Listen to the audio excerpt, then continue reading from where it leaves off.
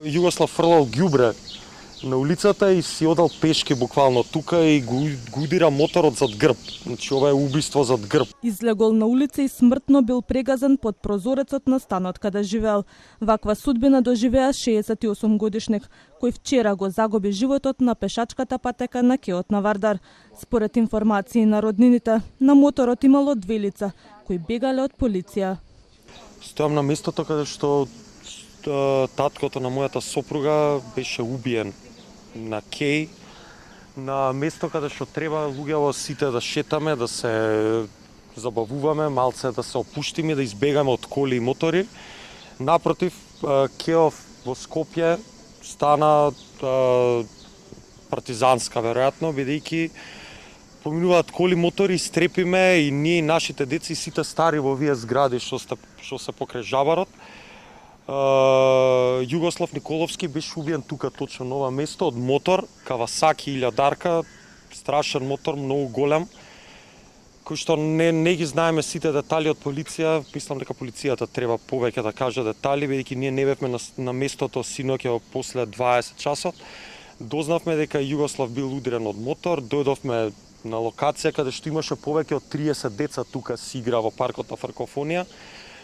Југо беше веќе однесен со брза помош, останати само локвата крв и некои медицински апарати. Ја тоа што знам е дека бил удрен од позади, моторот навидум бегал од полиција, е украден со двајца, еден возач и еден сувозач. Толку знам во моментот. Соседите вознемирени од трагедијата и загрижени за безбедноста упатија апели, но и критики до надлежните.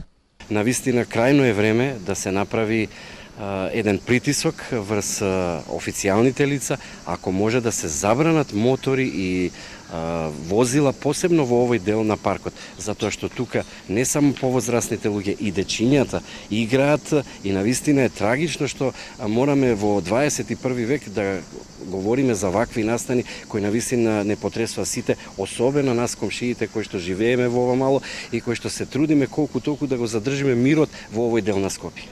Југослав го загуби својот живот од немарливост на институции, од немарливост по постапување на подавање на сигнали за тоа што не се спазуваат правилата на движење во пешачка зона.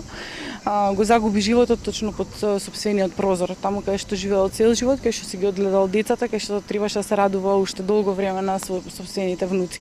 Од МВР велат дека по несреќата мотоциклистот избегал, а неговиот сопатник се здобил со телесни повреди.